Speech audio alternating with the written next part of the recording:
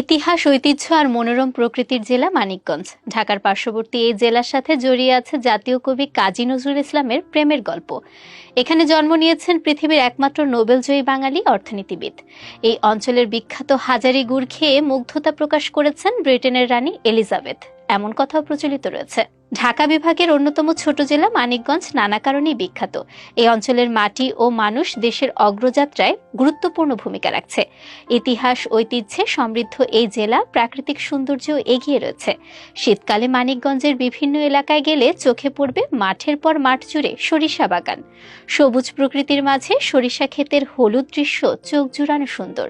ঢাকা শহরের আশেপাশে একমাত্র মানিকগঞ্জে এমন মনোরম দৃশ্য দেখতে পাওয়া যায়। সরিষা চাষের জন্য এই অঞ্চল অনেক আগে থেকেই বিখ্যাত। মানিকগঞ্জের বিভিন্ন উপজেলার বিপুল পরিমাণ জমিতে প্রতি বছর সরিষা চাষ করা হয়। সরকারি হিসাব অনুযায়ী এই অঞ্চলের সরিষা আবাদি জমির পরিমাণ ৩৫ থেকে ৪০ হাজার হেক্টর, যেখানে প্রতি বছর গড়ে প্রায় ৪৫ থেকে ৫০ হাজার মেট্রিক টন সরিষা তেলের বীজ উৎপাদিত হয়। মানিকগঞ্জের এই সরিষা ক্ষেত ঘিরে গড়ে উঠেছে মধু উৎপাদনের বিপুল সম্ভাবনা। সরিষা ফুলের মধু অনেক বেশি জনপ্রিয়।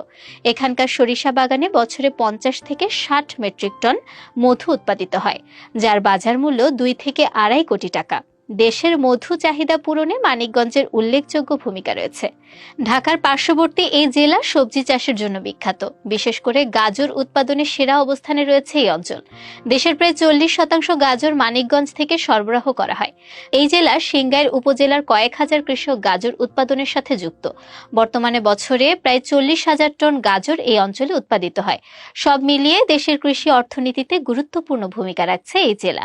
যদিও চাহিদার তুলনায় সরকারি সুযোগ সুবিধা এখনো অপ্রতুল, তবে সাধারণ মানুষের পরিশ্রমে অগ্রগতি অর্জন করছে মানিকগঞ্জ জেলা। এই অঞ্চলের বেশ কিছু খাবার সারা দেশে জনপ্রিয়তা পেয়েছে। এর মাঝে উল্লেখযোগ্য হচ্ছে নিজামের মিষ্টি। মানিকগঞ্জের তেরশ্রী বাজারের নিজামের মিষ্টি সারা দেশে বিখ্যাত। প্রায় ৬০ বছর ধরে নিজামের মিষ্টির স্বাদে মুগ্ধ হচ্ছেন সকল বয়সী মানুষ। মানিকগঞ্জের আরেকটি বিখ্যাত পণ্য হাজারি গুড়। হাজারি গুড়ের এত বিখ্যাত হবার পেছনে দুটি গল্প প্রচলিত রয়েছে। স্থানীয় মানুষের মধ্যে এক দরবেশের দোয়ার ফলে এত জনপ্রিয়তা পেয়েছে হাজারি গুড়।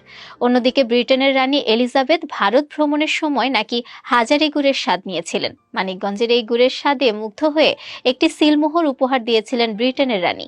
এমন ইতিহাস শোনা যায় স্থানীয় মানুষের মুখে। তবে আসল ঘটনা যাই হোক, স্বাদে গন্ধে মানিকগঞ্জের হাজারি গুড় দেশের অন্যতম সেরা।